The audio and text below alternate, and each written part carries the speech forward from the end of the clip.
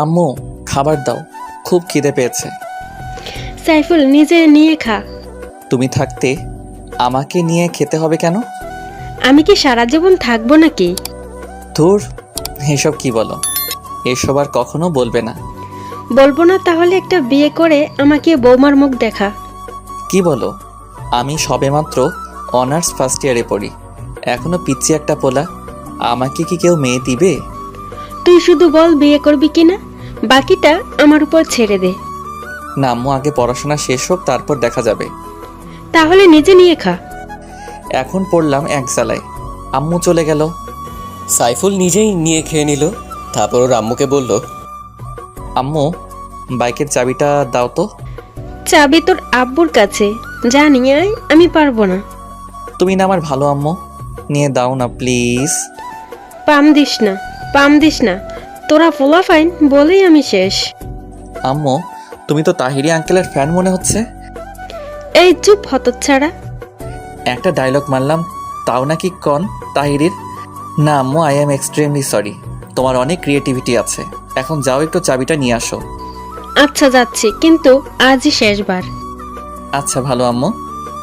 সাইফুলের আম্মু কৌশলে ওর আব্বুর কাছ থেকে বাইকের চাবিটা নিয়ে আসলো। সাইফুলকে চাবি দিতে চায় না, কারণ ও শুধু অ্যাক্সিডেন্ট করে। তারপর সাইফুল বাইক নিয়ে বেরিয়ে পড়ল। সাইফুলের কোনো বন্ধু নাই, কারণ ও একাকিত্বতা পছন্দ করে। সাথে শুধু নিজের মোবাইল ফোনটা থাকলেই হলো। বাইক চালিয়ে যাচ্ছে আনমনে। অনেক দূরে যেতেই একটা মেয়ে দাঁড়িয়ে হাত দিয়ে ইশারা করছে বাইকটা থামানোর জন্য। সাইফুল খেয়াল করেনি, মেয়েটিকে ক্রস করে চলে আসলো।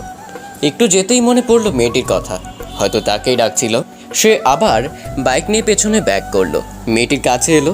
মেয়েটির দিকে তাকিয়ে আর নজর ফেরাতে পারছে না। এমন সুন্দরী মেয়ে বাংলাদেশে দেখা যায় না সচরাচর।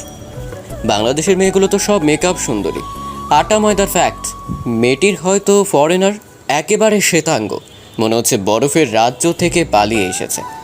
সাইফুল সংযত হয়ে বলল, ম্যাডাম, আপনি আমাকে ডেকেছিলেন? হ্যাঁ, আমার গাড়িটা নষ্ট হয়ে গেছে, তাই একটু লিফট চাচ্ছিলাম। টেনে টেনে আমাদের কাদের কাকুর কথা বলে। সাইফুলের বুঝতে বাকি নেই মেয়েটি বিদেশি, তাও এখন তার বাইকে লিফট নিতে চাচ্ছে। এত মেঘনা চাইতে বৃষ্টি। সাইফুল দেখলো সত্যি প্রাইভেট কারটা নষ্ট হয়ে গেছে। আচ্ছা বলুন, কোথায় যাবেন? ধানমন্ডি যাব। এত দূর থেকে এখানে আসছেন কেন? আগে চলুন, তারপর যেতে যেতে বলবো। আচ্ছা উঠুন। আপনি আমাকে নিয়ে চালাতে পারবেন তো, নাকি আমি চালাবো? কি কাণ্ড, আপনি চালাবেন? আপনি জানেন বাইক চালানো আমার 20 বছরের অভিজ্ঞতা। তাছাড়া আপনি চালাবেন বাইক? দেখেন, আমি আপনার পেছনে উঠে মরার শখ নাই, এখনো বিয়া শাদী করি নাই, আর লোকে দেখলে খারাপ ভাববে। আমি একজন লেডি বাইকার, লন্ডনের মতো শহরে বাইক চালাই। আর কেউ কিছু বলবে বলুক, নামুন, আমি চালাচ্ছি। সাইফুল হতভম্ব হয়ে নেমে পড়ল। তার অনেক শখ একজন লেডি বাইকারের পেছনে বসবে, আজ তা হয়তো পূরণ হতে চলেছে। আচ্ছা চালান, কিন্তু ব্রেক দিয়েন না, নয়তো আমি আপনার গায়ে এসে পড়ব।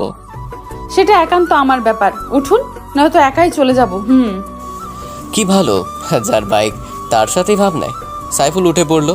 উঠতেই বিদেশিনী ফুল স্পিডে বাইক স্টার্ট করলো। সাইফুলও মা গো বলে চিৎকার করে উঠল। মেয়েটি বাইক থামালো চিৎকার শুনে। কি হলো, এত জোরে চিৎকার করলেন কেন? আপনি তো সত্যি বেতাল বাইকার, এত জোরে কেউ বাইক চালায়? আমি তো ভয় পেয়ে গেছি। এখন আরো জোরে চালাবো। আপনি আমার কোমর জড়িয়ে ধরবেন, না হলে দেখবেন পেছনে আমি নাই। না না, আস্তে আস্তে চালান প্লিজ। দেখা যাবে। বিদেশিনী ম্যাম আবার বাইক স্টার্ট করলো। হায় হায়, এবার স্পিড আরও বাড়িয়ে দিল। সাইফুল কন্ট্রোল করতে না পেরে ওনার কোমর জড়িয়ে ধরলো। একটু পর বিদেশিনী ম্যামটা আবার বাইক থামালো। জড়িয়ে ধরছেন ভালো কথা, কিন্তু সুরসুরে দিচ্ছেন কেন? সরি, আর দিব না। মনে থাকে যেন। আবার বাইক চলছে তার আপন গতিতে। আমি একটা ইয়াং বিদেশিনী, বরফ রাজ্যের রাজকন্যাকে জড়িয়ে তার পিছনে বসে আছি। নিজেকে অনেকটা কাপুরুষের মতো মনে হলো। ধুর মিয়া, কাপুরুষ আর সুপুরুষ ভিজাইয়া কি পানি খামো নাকি? লেডি বাইকারের পিছনে বসার সৌভাগ্য হয়েছে, এটাই অনেক কিছু। আমার মনে ফিলিংসের জোয়ার ভাটা বয়ে যাচ্ছে। প্রায় 2-3 ঘন্টা বাইক চালানোর পর আমরা ধানমন্ডি এসে পৌঁছাই। ওর বাসার সামনে এসে বাইক থামালো।